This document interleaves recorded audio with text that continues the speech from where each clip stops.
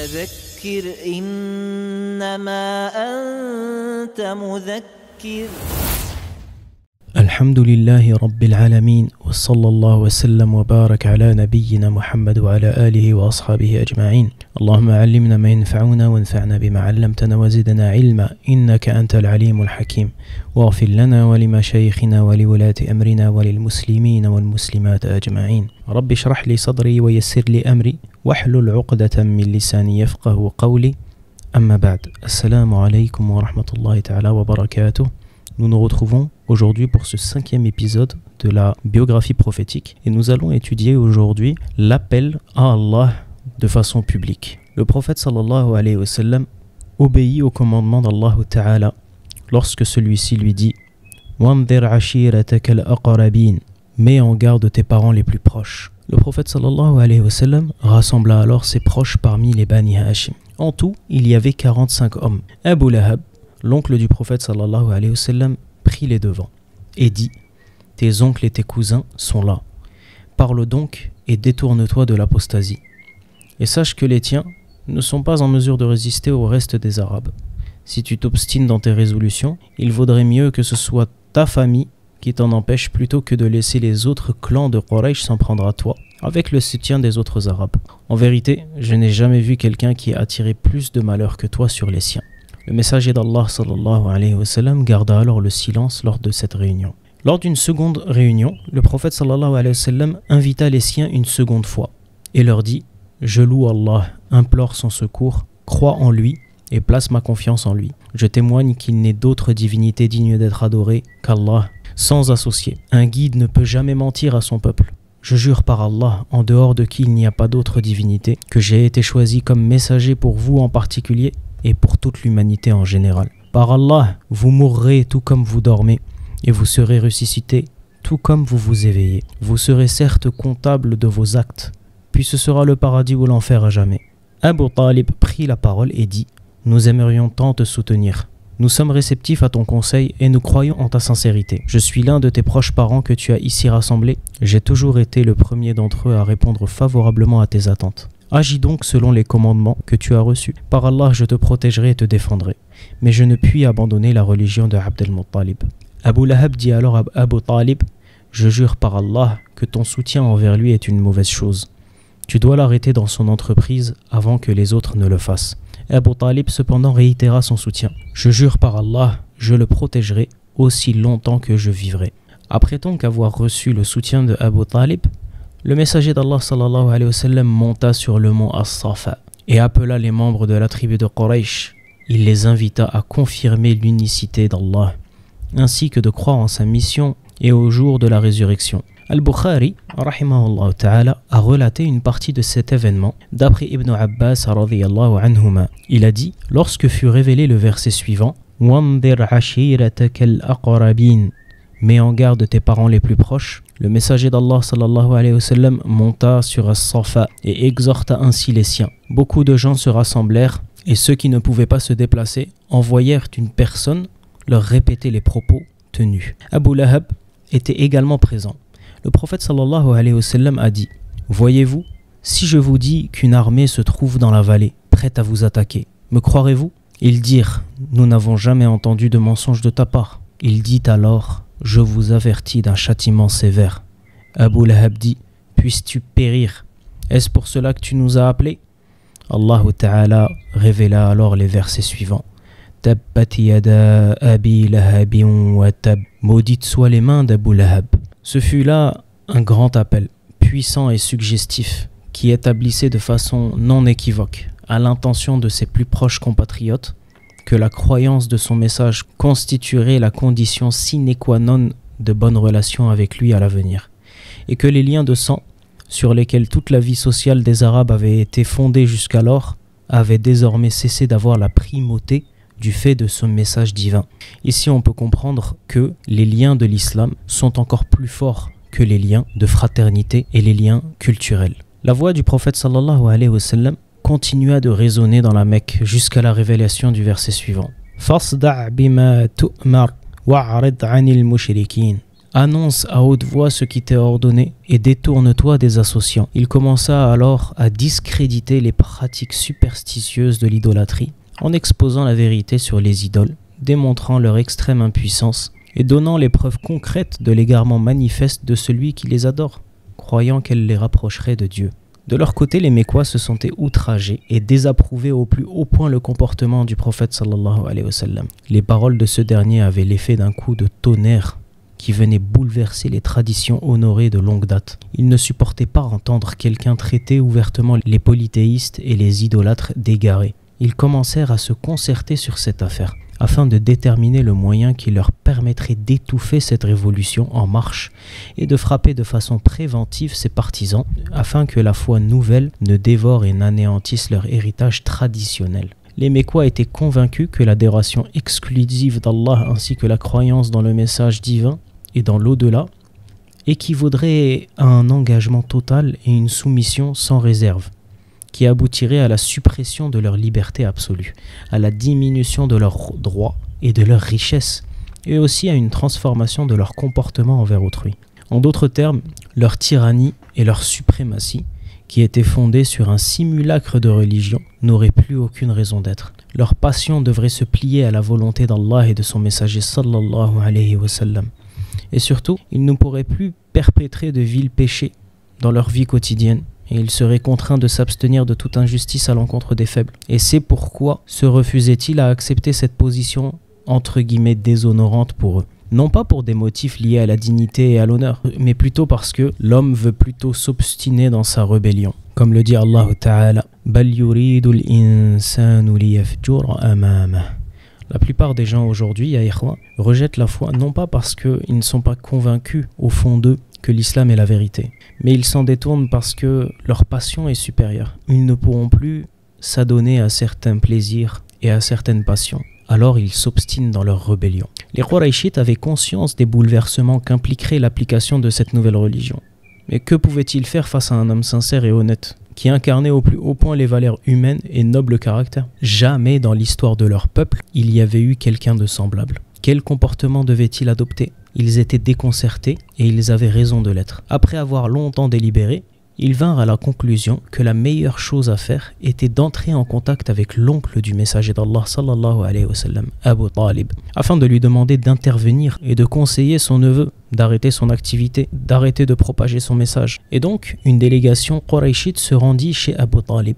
Des nobles quraishites allèrent le voir et s'adressèrent à lui en lui disant « Abu Talib, ton neveu insulte nos dieux, il critique notre religion, nous fait passer pour des insensés, et annonce que nos aïeux étaient dans l'erreur.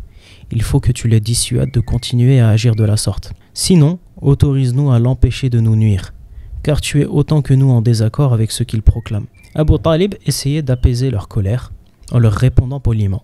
Le prophète sallallahu alayhi wa sallam cependant ne cessa pas de prêcher la religion d'Allah Ta'ala et d'y appeler ses concitoyens. S'ensuit une réunion d'un conseil consultatif en vue de détourner les pèlerins de l'appel du prophète sallallahu alayhi wa sallam. En parallèle des inquiétudes suscitées par la prédication ouverte du prophète sallallahu alayhi wa sallam, un autre problème préoccupait les Qurayshites. En effet, l'appel public à l'islam venait de commencer et il n'y avait que quelques mois seulement lorsque arriva la saison du pèlerinage annuel. Ils savaient que les représentants des différentes tribus arabes allaient prochainement venir à la Mecque. Ils se mirent donc d'accord pour mettre au point un stratagème propre à détourner les pèlerins arabes de la foi prêchée par le prophète sallallahu alayhi wa sallam. Ils allèrent donc trouver Al-Walid ibn al-Mughira afin de débattre de cette question. Et ce dernier les invita à parler d'une seule voix et de ne pas diverger au sujet du prophète sallallahu alayhi wa sallam. Cependant, leur point de vue était nuancé. On suggéra de décrire le prophète sallallahu alayhi wa sallam sous les traits d'un devin, d'un possédé, d'un poète ou même d'un sorcier. Mais toutes ces accusations furent rejetées par Al-Walid qui dit « Par Allah, ces paroles sont belles et gracieuses. Elles ressemblent aux palmiers qui donnent des grappes, des dattes délicieuses en parlant du Coran. Toutes vos paroles seront reconnues comme étant inconsistantes. L'accusation la plus plausible à l'encontre de Muhammad sallallahu alayhi wa sallam est qu'il est un sorcier. Sa sorcellerie sépare l'homme de son père, de son frère, de son épouse et de sa famille. L'assemblée des incroyants adopta cette opinion et fut d'accord pour la propager. Et dans une autre version, Al-Walid leur demande de leur laisser un peu de temps pour y réfléchir. Il réfléchit alors longuement, puis il leur donna l'avis qu'on vient de mentionner. Il faut noter à ce propos qu'Allah Ta'ala a révélé 16 versets concernant Al-Walid ibn al-Mughira et la ruse qu'il voulait mettre en œuvre pour manipuler les pèlerins. Dans Surat Al-Muddathir, en disant « Innahu fakkara wa qaddar, faqutila kayfa qaddar, thumma qutila kayfa qaddar, thumma nadar, thumma abasa wa basar, ثم أدبر واستكبر فقال إن هذا إلا سحر يؤثر إن هذا إلا قول البشر. Il a réfléchi et supputé. Puisse-t-il être tué à cause de ses supputations? Puis qu'il soit tué pour ses supputations. Puis il regarda, puis il fronça les sourcils et se renfrogna. Puis il tourna le dos et se remplit d'orgueil. Il dit: ce n'est là que sorcellerie qu'ils se transmettent les uns les autres. Ce ne sont là que des paroles d'humains. Leur décision étant prise, les notables Qurayshites s'attelèrent à la tâche. La saison du pèlerinage étant venue, ils abordaient les pèlerins, les mettant en garde contre le prophète sallallahu alayhi wa sallam. Le plus virulent, comme vous le savez, était Abu Lahab. Il suivait le prophète sallallahu alayhi wa sallam partout où il allait, en criant à haute voix: ô hommes, ne l'écoutez pas, car il ment, c'est un apostat. Néanmoins, le prophète sallallahu alayhi wa sallam parvint à ébranler les cœurs des pèlerins et quelques-uns d'entre eux se rallièrent à son appel. Il y eut plusieurs tentatives en vue d'enrayer la progression de l'islam. Ayant bien saisi l'attachement de Mohammed sallallahu alayhi wa sallam pour sa mission, mais voulant désespérément briser la vague de l'appel à l'islam, les Qurayshites se mirent à recourir à d'autres moyens d'action, bas et mesquins. En numéro 1, nous avons la dérision, la dépréciation, la négation aux fins de pousser les adeptes de la nouvelle foi à la défection et à la démoralisation. Ainsi, les Qurayshites ne cessèrent de traiter le prophète sallallahu alayhi wa sallam de possédé ou de déséquilibré. Ils dirent: ô toi sur qui on a fait descendre le livre de rappel, tu es vraiment un fou. وَقَالُوا يَا أَيُّهَا الَّذِي نُزِّلَ عَلَيْهِ الذِّكْرُ إِنَّكَ لَمَجْنُونَ. Ils le traitèrent de sorcier et de menteur. Et ils s'étonnèrent de voir venir à eux un avertisseur de leur propre race, et les mécréants de dire: celui-là est un magicien et un grand menteur. وَعَجِبُوا أَنْ جَاءَهُمْ مُنْذِرٌ مِّنْهُمْ وَقَالَ الْكَافِرُونَ هَذَا سَاحِرٌ كَذَّابٌ. Lorsque les musulmans les plus démunis, parce que n'appartenant pas à un clan puissant capable de les soutenir et les protéger, les négateurs les ridiculisaient. Ils disaient comme cela, et c'est rapporté dans le Coran: de nous tous, est-ce donc cela que Dieu a comblé de ses faveurs? Dieu ne connaît-il pas mieux ceux qui lui rendent grâce? Ceux qui ont commis le crime se riaient de ceux qui avaient cru. Quand il passait devant eux, ils clignaient de l'œil. Quand il rentrait parmi les leurs, ils se délectaient de plaisanteries à leur compte. En numéro 2, il déformait les enseignements de Mohammed sallallahu alayhi wa sallam. Il soulevait de faux arguments, faire circuler de fausses informations, lancer des accusations infondées contre l'islam et la personne du prophète sallallahu alayhi wa sallam, et amplifier tout cela au point que les gens ne puissent plus avoir une compréhension saine de la foi nouvelle. Concernant Al-Qur'an, ils le calomniaient de la façon suivante, et ils dirent: vieille sornette qu'il s'est fait mentionner par écrit et qu'on lui récite matin au soir. Ceux qui avaient mécru dirent: ce n'est là qu'un mensonge qu'il a fabriqué de toutes pièces, et où l'ont aidé d'autres gens. C'est un être humain qui l'inspire et rien d'autre. À propos du prophète sallallahu alayhi wa sallam, ils soulevèrent aussi une objection superficielle et sans fondement. Ils dirent: qu'a donc ce messager à manger ce que nous mangeons et à circuler dans les marchés?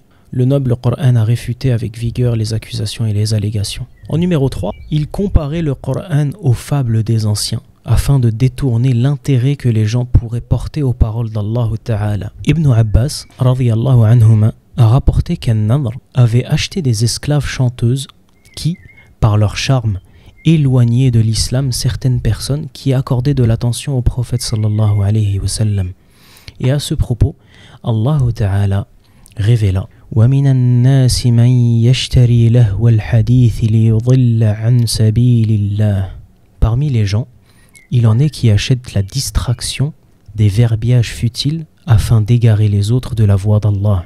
Ceci est d'ailleurs la preuve qui nous permet d'affirmer que la musique est interdite en islam, ainsi que les nombreux hadiths qui vont dans ce sens. Le quatrième point, tenter de dissuader le prophète sallallahu alayhi wa sallam de demeurer fermement attaché à ses principes en l'invitant à conclure le compromis suivant. Il devrait renoncer à une partie de la nouvelle religion et les Qurayshites en feraient de même vis-à-vis de leurs pratiques. Allah Ta'ala dit à ce propos: ils auraient bien voulu que tu sois accommodant avec eux en matière de religion pour qu'ils le soient avec toi-même. Les idolâtres proposèrent au prophète sallallahu alayhi wa sallam d'adorer leur fausse divinité pendant une année, tandis que eux, l'année d'après, adoreraient Allah, ainsi de suite. Et c'est ainsi qu'Allah Ta'ala révéla surat Al-Kafirun. قل يا أيها الكافرون لا أعبد ما تعبدون ولا أنتم عابدون ما أعبد ولا أنا عابد ما عبدتم ولا أنتم عابدون ما أعبد لكم دينكم ولي دين. Dis, ô vous les mécréants, je n'adore pas ce que vous adorez, et vous n'adorez pas ce que j'adore. Et je ne suis pas disposé à adorer ce que vous adorez, et vous n'êtes pas disposé à adorer ce que j'adore. À vous votre religion, et à moi la mienne. Cette sourate vient mettre fin à leurs négociations ridicules. Ici, il est important de noter qu'il ne s'agit pas en réalité d'un verset qui proclame la liberté de culte. En réalité, ce verset constitue al-wala ou al-bara, c'est-à-dire l'alliance et le désaveu. Le prophète sallallahu alayhi wa sallam s'est désavoué de la croyance des polythéistes et il a mis une barrière entre le faux et le vrai. Ainsi prend fin l'épisode 5. Nous verrons dans l'épisode numéro 6 les persécutions que le prophète sallallahu alayhi wa sallam ainsi que les compagnons ont vécues. هذا والله تعالى أعلم سبحانك اللهم وبحمدك أشهد أن لا إله إلا أنت أستغفرك وأتوب إليك.